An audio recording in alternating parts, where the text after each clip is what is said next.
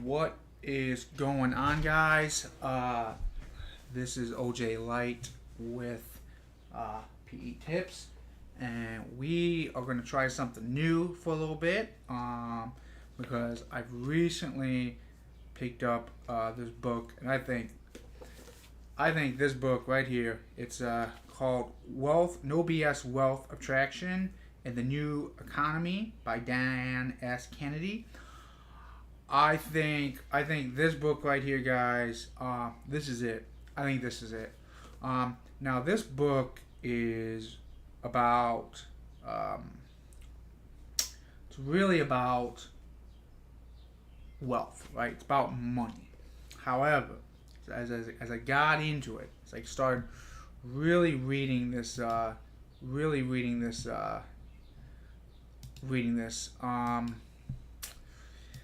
Yeah, I'm gonna be quite honest here, guys. I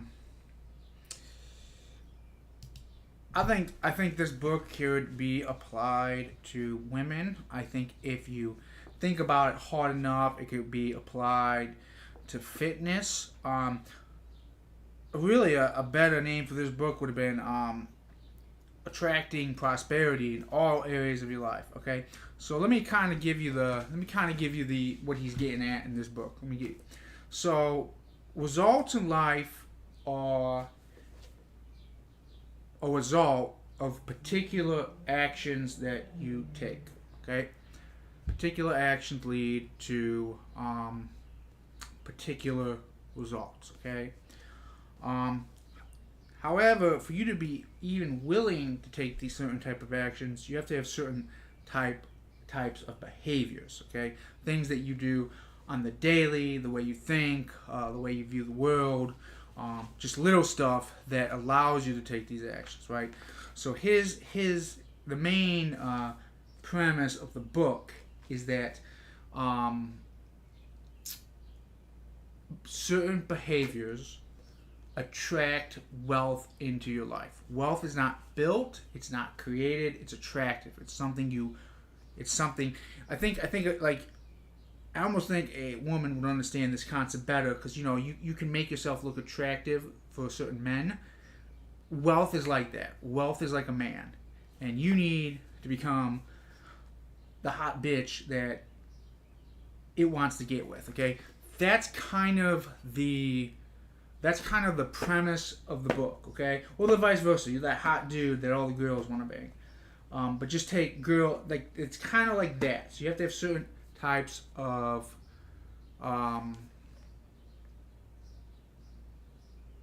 behaviors. And like I said, I was reading this book for business, and really, when I went through it, I was like, holy shit, this really could be applied to all sorts of areas.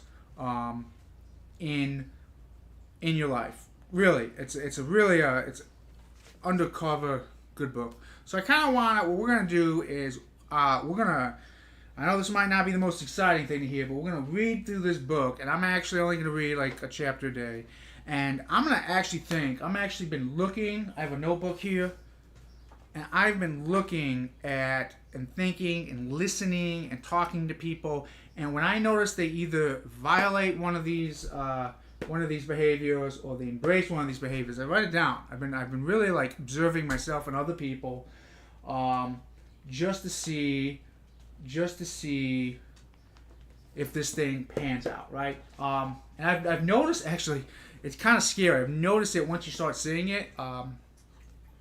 There's quite a bit of overlap, right? So let's get into it.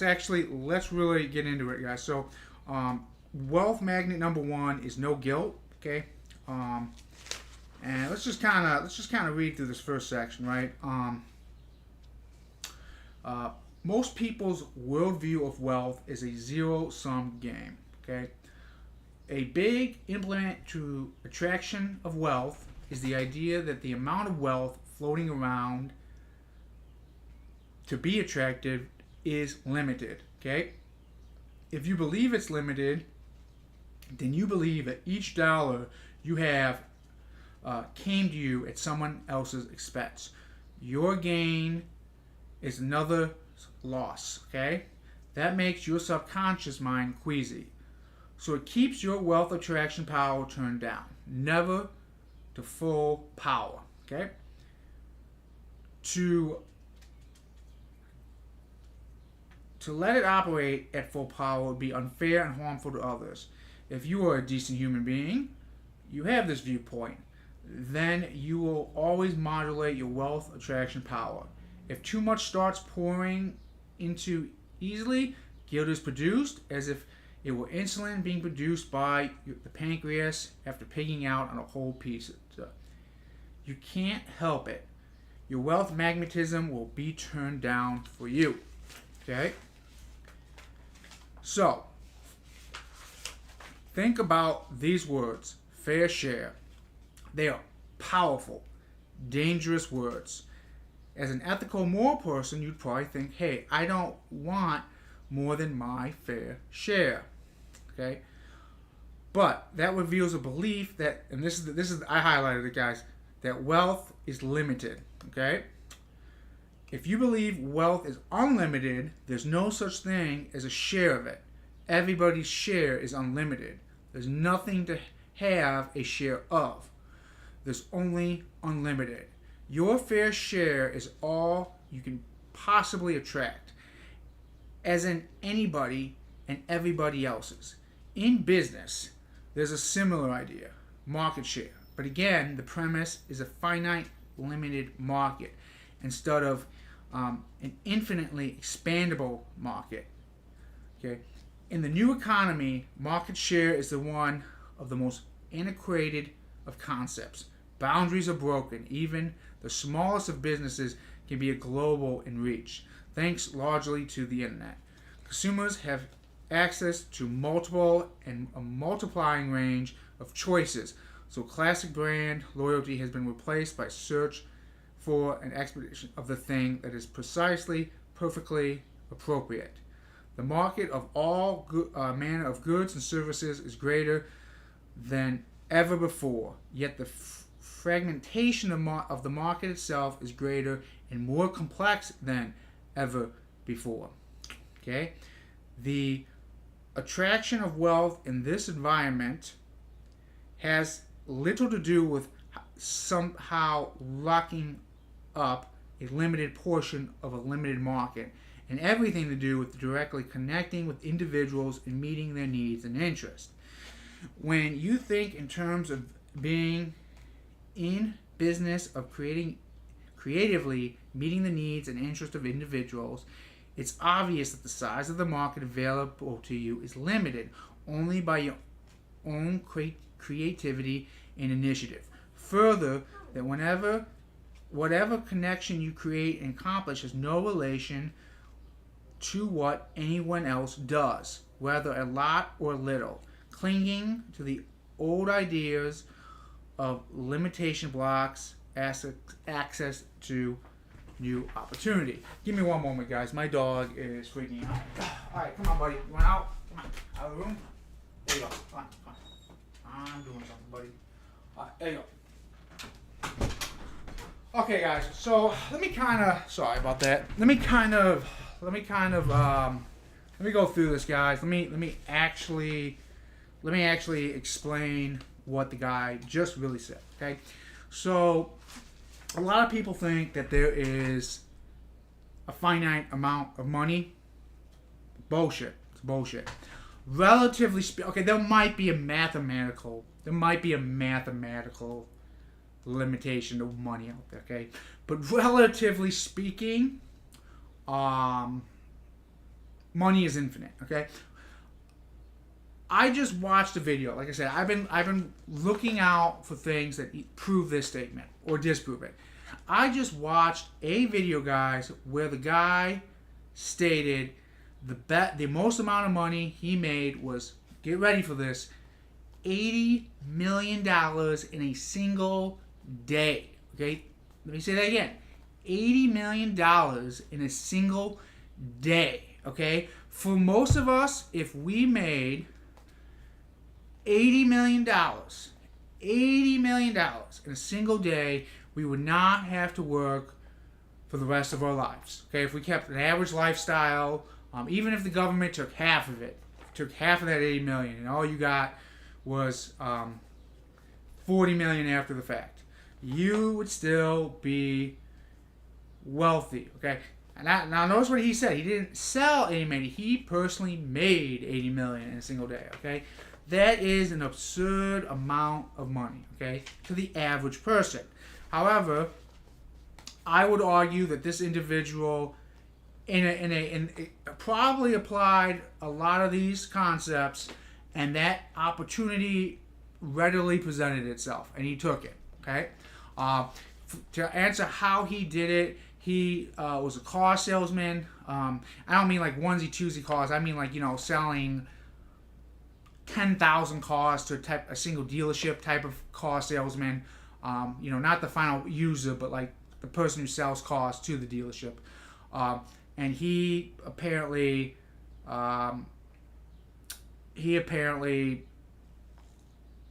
made this deal. Okay, it was an incredible interview. It was a little too short for my liking. I wish there was more on it. But anyways, that's basically what he's saying here. That relatively speaking to us, to the individual, there's an infinite amount of money, right? It's not like if I go out and I make in a single day $100,000 somehow everyone else around me is $100,000 poorer. He's basically saying that's full of shit. Okay, there's infinite amount of money out there. Okay, by the same token, guys. So let's kind of look at this other ways, right? Talk about women, right? Let's talk about how this could apply to girls. Some guys, I've noticed this. I don't know if you probably noticed this. Some guys will only date inside their social group. So if there's like, you got a group of 50 friends and you all went to high school, you only date within that 50-person group, right? And they're always like, oh, there's not that many women out there. I've heard this. I've seen this. Okay, and I kind of remember. It was a girl I knew, and she was like, why? I'm like, you don't have to just date the same people with it. It was actually a girl that pointed this out, and I kind of remember she got married to somebody outside the social group, and the social group was super fucking mad. Okay, and it kind of goes into this, like, it's kind of like, oh, now there's one less girl in our group, right?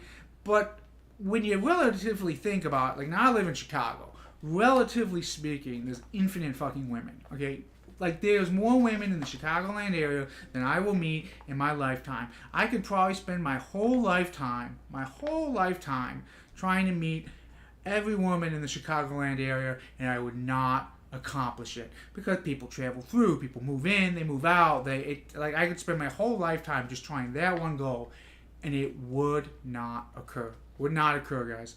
So, relatively speaking, there's infinite money out there, and there's infinite women or infinite men or whatever the thing it is that you're after. Relatively speaking, there's an infinite thing of that. So, trying to think of yourself as there's only X amount will do you a considerably harm. Okay, so that's the first thing we got to break free of. If you really want to become an attractive person, you really got to break the idea of there is limited amount of stuff. Because when you think that there is a limited amount of stuff, you're going to be bitter. You're going to be bitter when you don't get that thing, and that bitterness, that neediness, that greediness, that will repel people out of your life. Okay, so that's really what this is. I think this first goal, this first attraction magnet is getting at. You gotta have behaviors that don't repel people and opportunity out of your life. Okay, I actually kind of remember when I was in my early 20s. this guy taught me about this with girls. It's not really about what you do. That's not really what's important. It's about not fucking up. Okay, that's actually the main focus, and that's kind of what I think he's getting at in this first chapter. So let's kind of go on to the next section, right? So this is called A Tale of Two Teenagers. So imagine being a teenager in a family in severe financial trouble. Okay, money is very scarce. There's you, two brothers, father and mother. When everybody sits down to the dinner table and mom puts the food on the table, you know that's all the food there is, okay?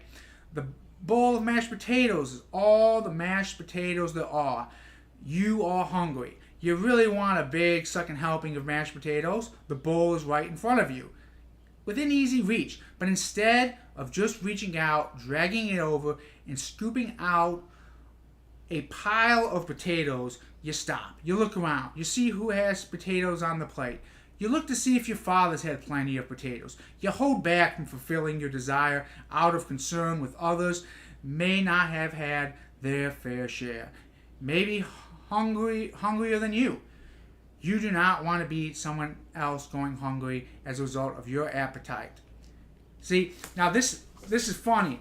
This right here, the real deal. The biggest complaint I have ever gotten from people is you eat too much, or you take more than your fair share. Okay. Now I've actually been in this particular situation. I have seen this particular situation, guys. I almost verbatim have lived through what they just said, except I was ignorant to it, right? I didn't think of it in terms of that, and I would get scolded. Okay, little did I realize that's actually an attractive quality, because I wanted something, and guess what I did? I took it. Okay, that is actually an attractive quality. A lot of people see shit they want, and guess what they do? They don't take it. They don't take it. They sit on the sidelines, okay? I've seen that. For one reason or another, okay? So, let's kind of carry on. Now imagine being a teenager in a family living an abundant life with great prosperity. When mom puts dinner on the table, you know there's plenty more where it came from. The refrigerator's full of food, so are the cupboards. There are always leftovers after dinner. You are hungry. You really want a second helping of mashed potatoes. The bowl is right in front of you, within easy reach. Without a second thought, you reach out, drag the bowl over, and scoop out all the potatoes you want. Okay? In these examples, of course, you're acting consciously. In the first case, in the financially troubled family, you consciously hold back. You sacrifice. You do not take what is right in front of you when it's for the taking. Okay. Similarly, but subconsciously, if you believe at all, at any level, that wealth is limited, that there's not plenty to go around, you will hold back. You won't take everything that's right in front of you. Your emotions about wealth will be cautious, measured, restricted, suppressed, timid. Okay, if you can make every smidgen of belief that wealth is limited go away, your attraction of wealth will suddenly automatically go from modulated, limited, and suppressed to full power, and opportunity, money, and wealth will quickly flow to you in greater quantities and at greater speed than you've ever experienced. Okay, so story time. Recently, I just made a sale for $76,000 sale. Now, this wasn't all profit. There was material cost, labor cost, but I made the sale. And the guy I presented the bid to, I was actually a subcontractor for another contractor, right? And he got pissed. He got pissed because he thought that the project would only sell for 80,000. So there's only 4,000 left for him, right? That's basically that was basically his beef with me. Like, you only left $4,000 on the table for me. What the fuck, OJ? And we had a long argument about it. He wanted me to do the project for 60,000, so he would make 20,000. I said absolutely not. I stuck to my guns on this deal. And I got my $76,000. Now here is the irony. He thought there was only $4,000 left on the table for him. He didn't think there was any money left in the project for him. We later found out that the clientele had a budget about $140,000 that he had put away for this particular. So he left all sorts of money on the table. So did I. The main thing I'm getting at, guys, is that when you think there's only a limited amount of money, you're gonna pull your punches. You're not going to give it your all. In fact, I really think that this is what this first chapter is getting at: is don't pull your punches. Don't think there's only X amount. There's only X amount, so I have to be careful. Totally not true. Totally not true. Infinite amount of money, infinite amount of women, and you hear this all the time. The spoils go to the risk takers, or fortune favors the bold, or this is what they're talking about right here, guys. This is what they're talking about. You got to be the bold. All right. So let's kind of continue on. People get ingrained in their heads that money taken from person A moved to person B enriches person B at the expense of person A. Okay. Certainly, liberal politicians. Just a heads up, Dan Kennedy. He's pretty libertarian. So if you hear a little bit of the libertarian bent, that's what he's getting at. Liberal politicians either believe it or pander to it, one or the other. Some religious doctrines and religious leaders possess this idea. There's lots of ways that the belief firmly planted in their head, blah, blah, blah. Maybe even elementary school math class. Okay, if Johnny had 4 pieces of candy and gives 2 away, how much does Johnny have left? The answer needed to ace the quizzes too, but the problem it ignores the fact that Johnny can simply go get more candy, right? That's kind of what he's getting at. After all, there's no global shortage of candy. When you actually understand wealth, you know that Johnny can have 4 pieces of candy, give Jim 2 pieces, but then go get 42, okay? That's even weirder and tougher for math teachers. That is, Johnny is likely to have 42 if he gives 2 away than 4, okay? This I've actually heard before. I'm going to kind of go into this.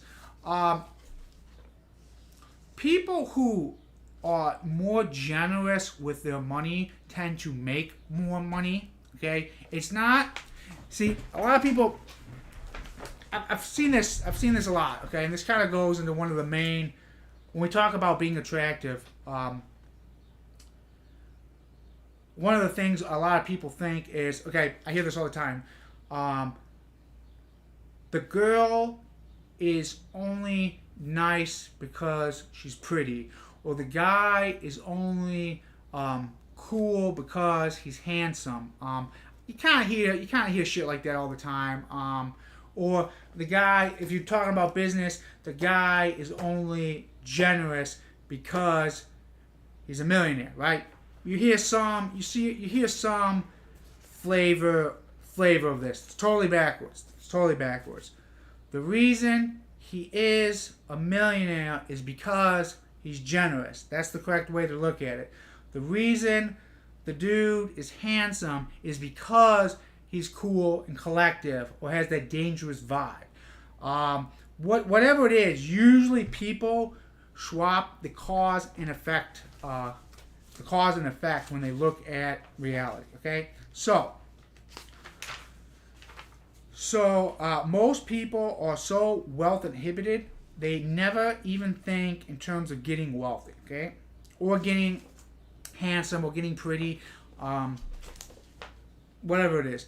Their thoughts on this subject are limited to buying lottery tickets or fascinating about some unknown long lost uncle having a fortune in his will, okay? But there are a lot of people who do at some point start seriously trying to figure out how they might convert their knowledge, ability, time, energy, and effort into real wealth. You may be in that group. It may be for the reason you were attracted to and purchased this book.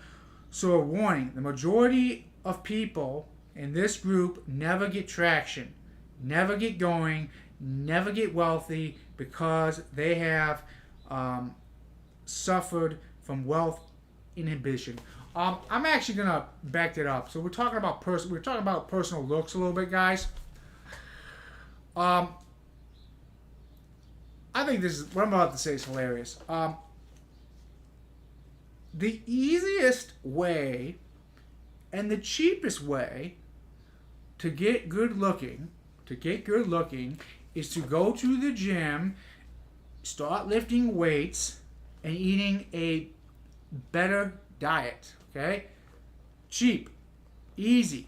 It's you can get a gym membership, and I mind you, this is like bottom of the barrel, but you can get a gym membership for $10 a month. It is practically free. It is practically fucking free. Okay, and eating well, you actually can eat well while saving money. Right? Let's just say you're eating ham sandwiches every day and you need to lose some pound. Just eat the ham. Roll it up into some lettuce and just eat the ham. You're now not buying bread. You're saving all this money, right? There is no financial excuse. There is no financial excuse why you can't look better, okay? None. Zip. Zero, okay? I go to the gym every day, okay? It is practically free, okay? I eat the same shit every day. It is okay. So I've been tracking my groceries, guys, and this includes me throwing the occasional like hand soap, like bleach, laundry soap, the occasional like house maintaining item. Okay, about $100 a week. Okay, and that includes dog food too. $100 a week I spend at the grocery store. Okay, so you got a $10 membership. You got, let me see, 100 divided by 7. What is that? That's is that 13 or 14? So like, let's just be conservative. $20 a day. Like, you can eat all the food you need.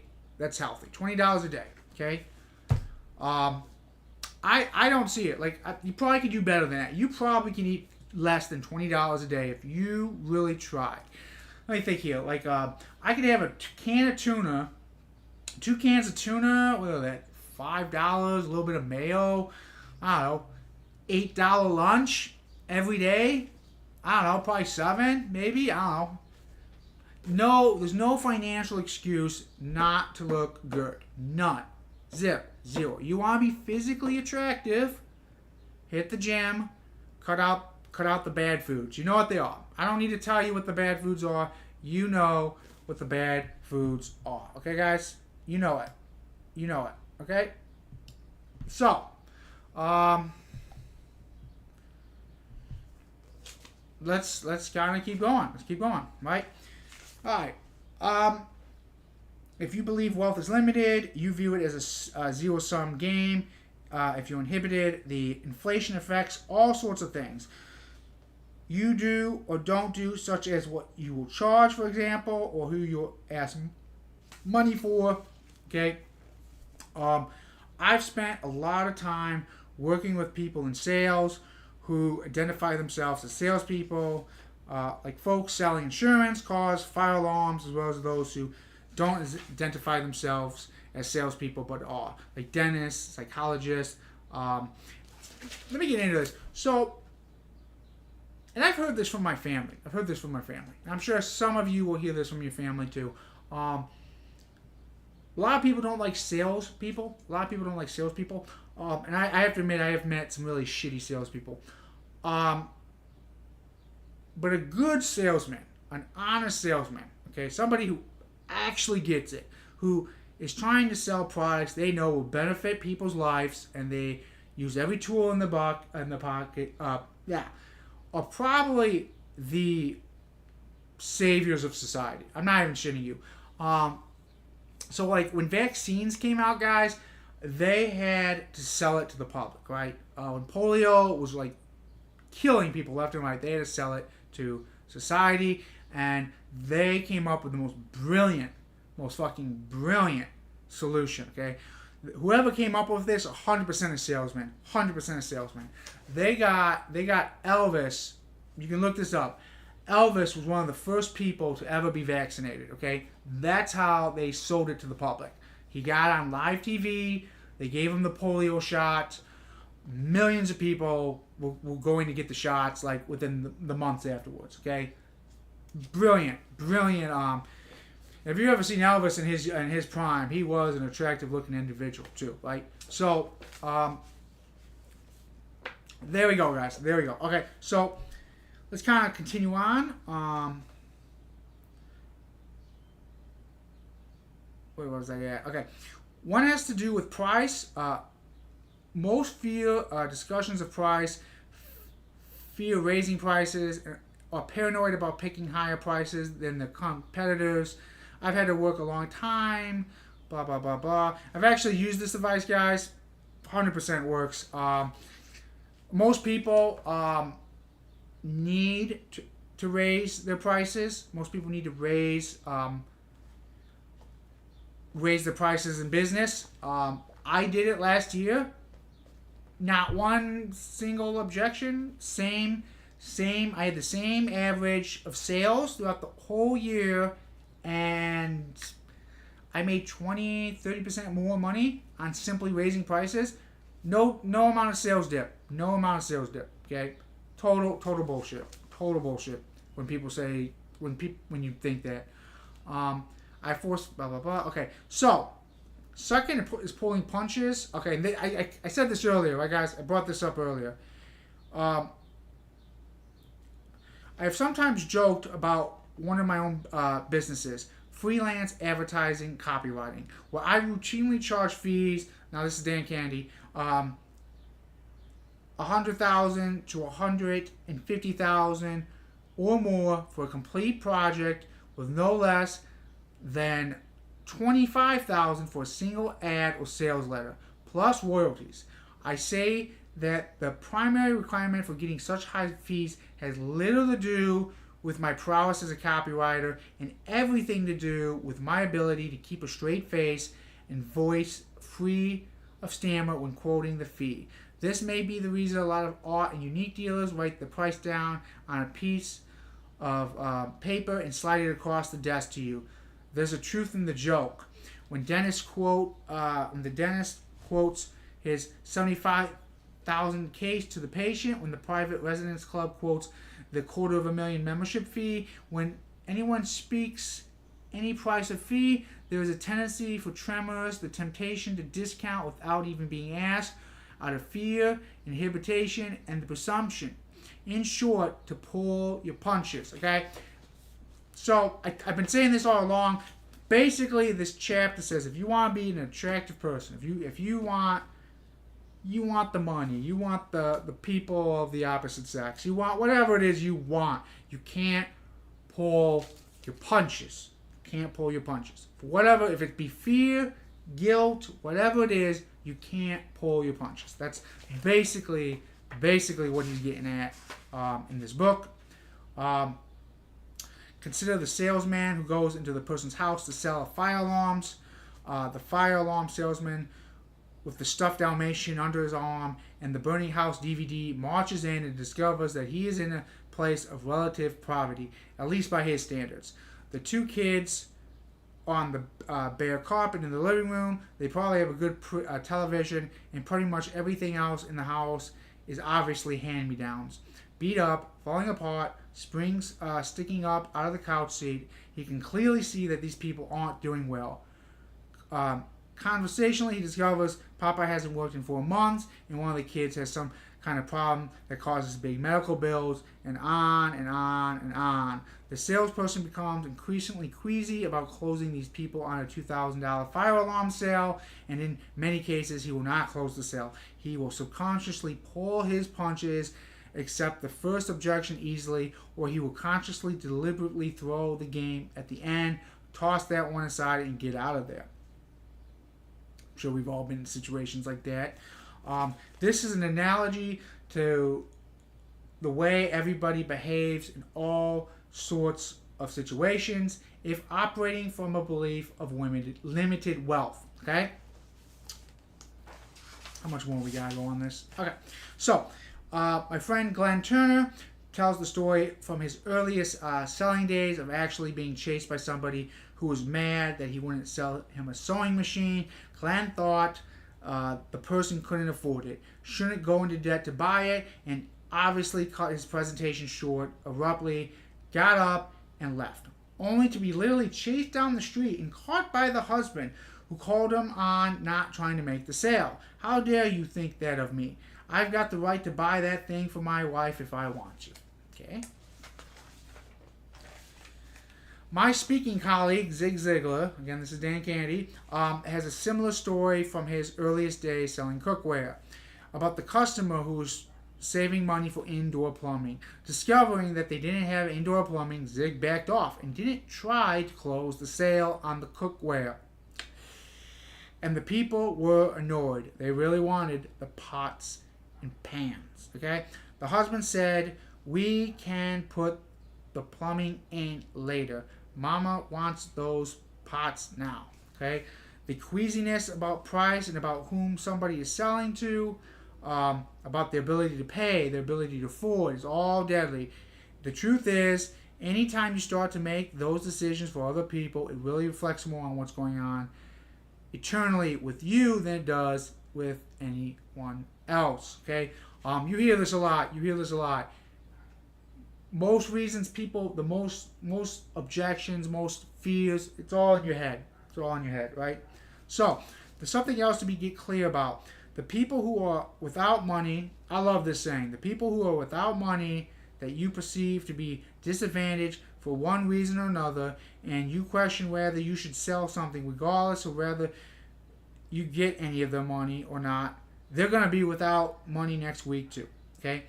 The reason they are without money has absolutely nothing whatsoever to do with your existence. What you sell or fail to sell, nor does it have to do with the way money works in the real world. It has to do with them. And whether you take it, somebody else takes it, the liquor store takes it, the church takes it, whoever takes it, I promise you, somebody is getting it. Okay?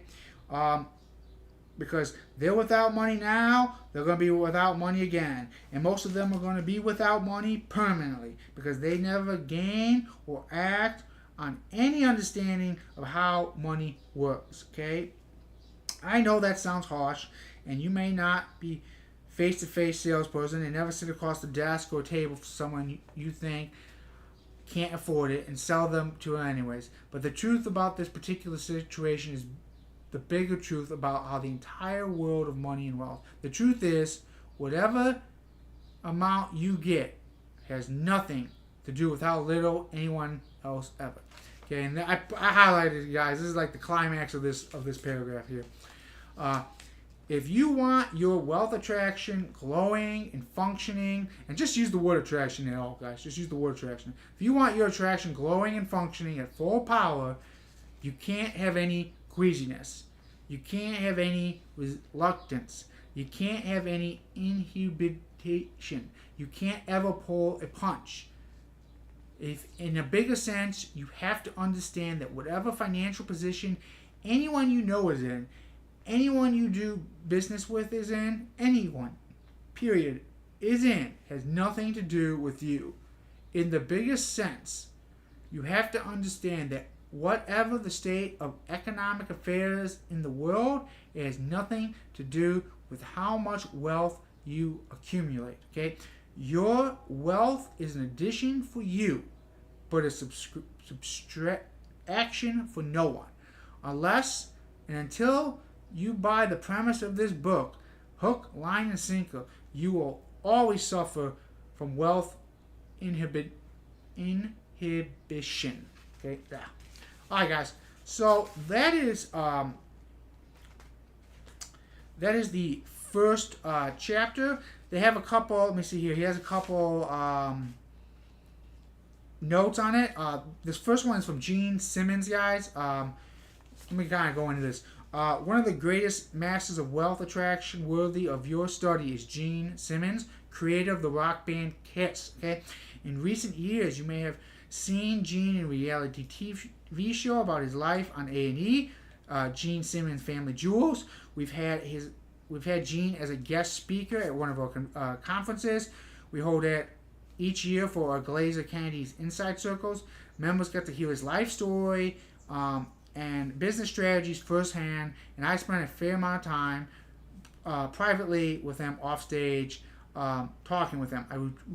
I routinely recommend his book, Sex, Money, Kiss, as good, candid look in the way of a made-from-scratch multi-millionaire entrepreneur adopt at wealth attraction thinks about money. You may be offended or shocked, but you'll learn a lot from Gene. Okay, so that kind of goes in. Okay, that kind of goes in what I'm saying. So Dan Kennedy is making the point, almost the same point I'm doing. So Gene Simmons, rock star, plenty of money. He's had plenty of women. Super, like, if Gene Simmons back in the day, guys, there'd be no one that would doubt that he wasn't attractive. No one, okay? And Gene Simmons, as this book states, basically goes on stage with Dan Kennedy and talks about the stuff in this book, okay? So this isn't like nonsense. Like I'm saying, it's what makes people attractive is their behaviors, okay?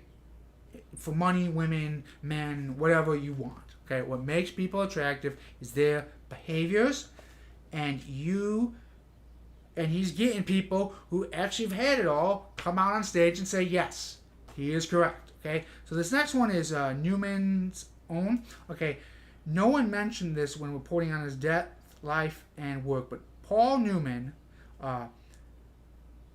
much was made of his extraordinary acting career, including, I think, an accurate observation that there would be much more death in some of his later roles than in his early, more popular performances. If you never saw The Verdict, rent it. A little bit was said about his audio racing investments and activities, including his somewhat implorable late-in-life driving, a clue to his competitiveness. More was said about his liberal politics and protests.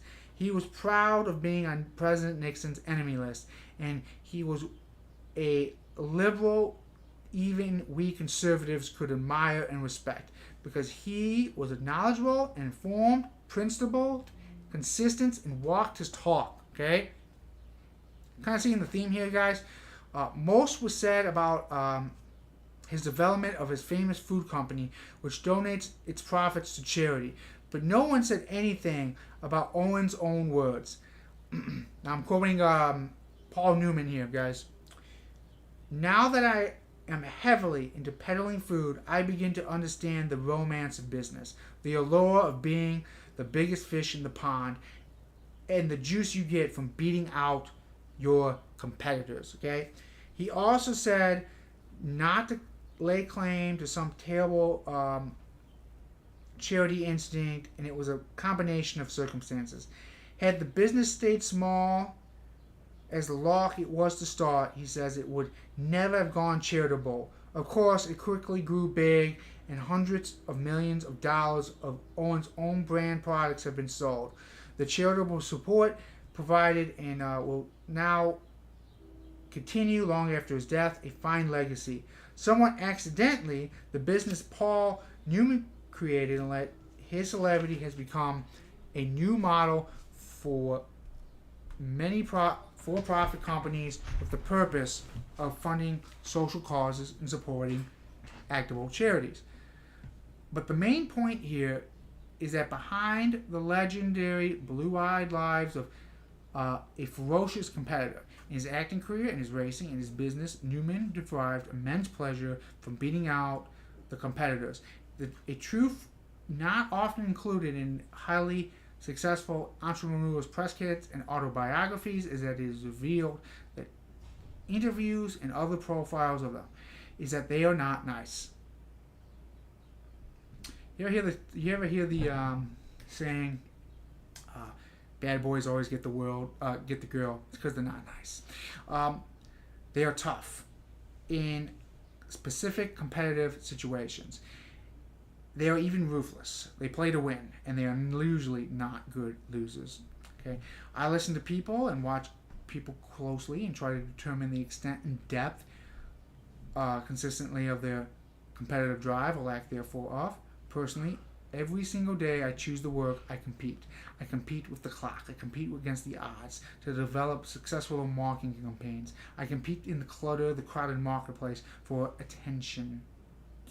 When I was a speaker at events with a number of other speakers who also sold from the platform, I always wanted to hit my targets, but also beat all the others dollars per head and conceive to get